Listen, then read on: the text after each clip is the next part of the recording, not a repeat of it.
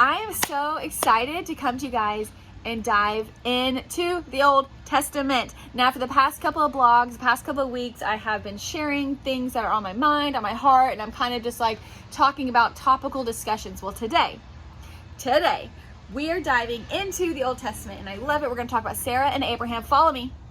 Don't check out. This blew my mind, and I want you to absorb it. When you're talking about struggling with control issues, trying to do things on your own, trying to manipulate your way into a solution that God never gave you.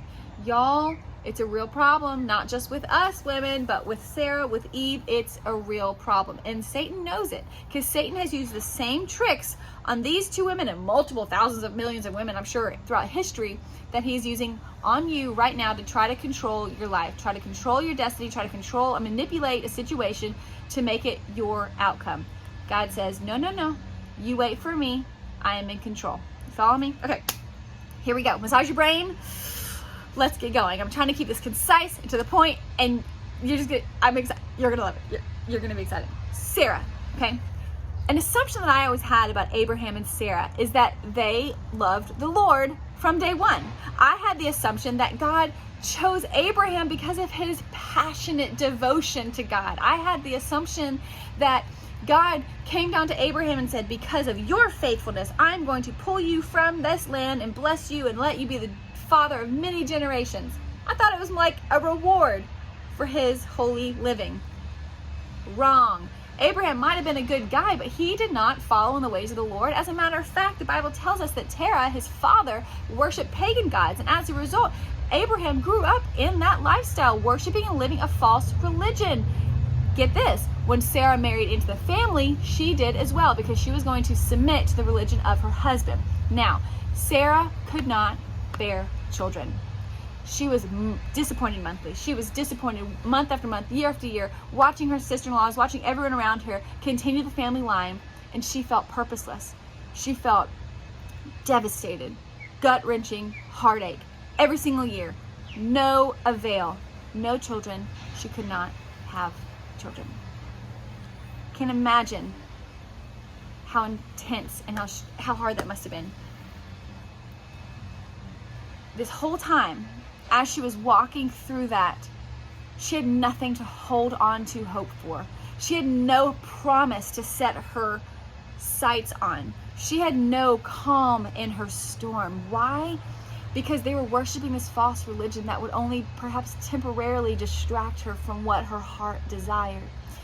So, years later, like decades later, when they were 60 years old, okay, so Abraham was 70, Sarah was 60. Maybe it was, yes, that's it. God called Abraham and said, you are going to leave the land of your father, and you are going to go to the place that I lead you, and I'm going to make you a father of many generations. Whoa. Okay, so all of a sudden they meet this God. Abraham meets this God that promises them these blessings, this genealogy that's going to be more numerous than the stars. Eyes open wide. Oh my goodness, what if Sarah, in all of her agonizing for decades wanting to be a mother, which she still has not let go of, what if she thinks, oh, this is it, this is my big break. God, this God that I'm supposed to believe, that had this interaction with my husband, promised that he would be the father of many generations.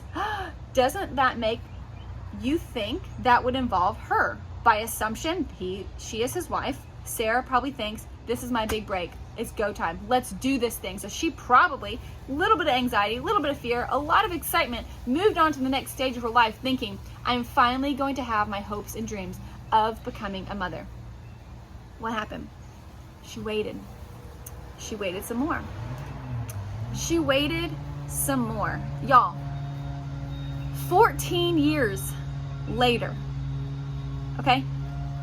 14 years later, she said, this is ridiculous. I thought we were supposed to have all these babies, and I thought you were supposed to have, these generations of people, and Abraham, where is this God that you told me about? Is he going to come through? And yeah, there's a lot of story in between, like, the nephew gets captured, they rescue the nephew, a lot of wars, a lot of things, a lot of obedience, a lot of things. But she is aching to be a mother. And then an angel of the Lord comes to Abraham and says, yes, it's not going to be your servant that will be your heir. It will be your child that will be your heir.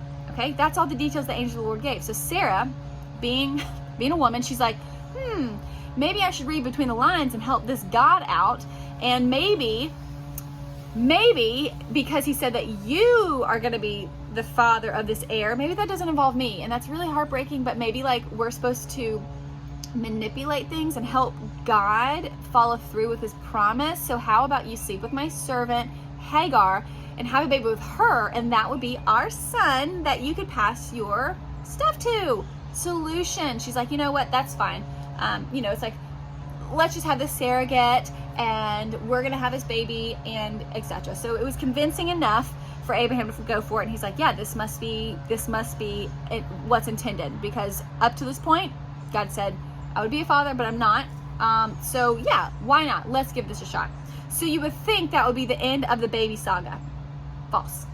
It's only the beginning. It's like worse than the Jerry Springer show. So what happens is Sarah is now jealous and mean and awful to Hagar, and she's like, she's awful to her. She abuses her so much so that Hagar runs away. She runs away. She's like, I can't do this anymore. Angel of the Lord brings her back. He says, no, you're going to have a son. You're going to call him Isaac. Now he's going to have trouble. Ishmael.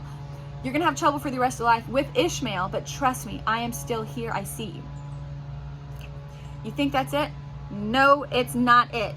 10 years later, y'all, she waits and waits and waits. What Sarah is trying to do is she's trying to control the situation. Up until this point, when she thought having her maidservant become the child bearer of her husband's child, she thought, this is the solution. This will solve all of our issues, because I just want to be a mother and I can raise this child that's not my own. And obviously Abraham can then have an heir to the generations that's supposed to fall from him. It did not create peace. It was not in God's plan, and they manipulated the situation to rush the outcome. Did you hear that? They manipulated the situation to rush the outcome that God promised. God said, you will be a father. And they put words in God's mouth. They filled in pieces of the puzzle that God did not intend, and they manipulated, fabricated something. They all, what is the word? Convoluted. I'm looking for a word. They together, I've lost it. The word is gone. Eventually, I would imagine Sarah's like bitter, angry, blames her husband, because that's what we do, right? Hagar is damaged, traumatized. Ishmael is like wanting to be the father, wanting to be the son that is chosen, and has this relationship with his father, but knows it's really not like a good, healthy situation. Angel of the Lord comes back to Abraham and says, by this time next year, your Sarah's gonna have a baby. You know what Sarah did in all of her agony of years and decades of waiting for this hoped promise? She laughed. She laughed at God's plan. And I'll be honest, can you blame her? Because, when she was 60, God called her out and said, God called Abraham and said, hey, you're going to be the father of many generations. No babies, no father, no kids, nothing. So she manipulated it, got burned, crashed and burned, broken relationships, baby mama drama. Then again, decades later, Isaac, they got pregnant. She was 90 years old. Abraham was 100. So she laughed at God. She's like, there's no way this is going to happen. God made it happen. This angel of the Lord is like, you just got to wait on the Lord. I'm going to read you this verse out of Psalm 37. Okay, so when we're talking about having this idea in our heart or waiting for God to come through, I don't know what you're waiting on right now. I don't know if you're waiting on a really intense prayer to be answered. I don't know if you're just waiting on like a career decision. I don't know if you're waiting on trying to start a family of your own. I don't know your story, but God does. And God won't always say yes to every prayer request or every desire of your heart. But I'll tell you this, hurry is the death of prayer. If you're rushing God to come through with something, you will not have peace in your heart. I'm going to read you this verse out of Psalm 37:7. It says, be still in the presence of the Lord and wait patiently for him to act. Wait patiently for him to act. Now in the situation of Sarah, yes, all things fell into place. God is a good God, and God had grace and mercy, and he gave Sarah and Abraham Isaac, who then had Jacob and Esau, who then had, Jacob and Esau were the twins from Rebekah, and then Jacob became the father of the 12, and then they became the nation of Israel. I mean, the whole story of the Old Testament is so beautiful and rich. I love it. But it all started with her doubting that God was going to come through, and she thought, I'm going to put my nose where it doesn't belong and try to fix this, because apparently God needs me to come through on his promises. God came through on his promise in his time. In his time. And here it says, be patient, be still in the presence of the Lord, and wait on God to act. It's not going to be in our timing, guys. The answer to our prayer, the desires of our heart, the dreams that we're chasing, take it 24 hours at a time. Wait on the Lord. Trust him and his timing. Woo, the peace and the calm and the outcome, it'll be far better than if we manipulate and connive a plot that is outside of God's will. There are tons of stories in this Bible that do not have good outcomes because people tried to become God. Get it? All right. I hope that made sense. You guys are awesome. I love Sarah. I love Abraham. I love Isaac. I just love the whole story of the Old Testament. But this specifically, I was like, let's wait on the Lord. Let's not try to do things our own way, and let's let him do what he does best. Okay? Bye, guys.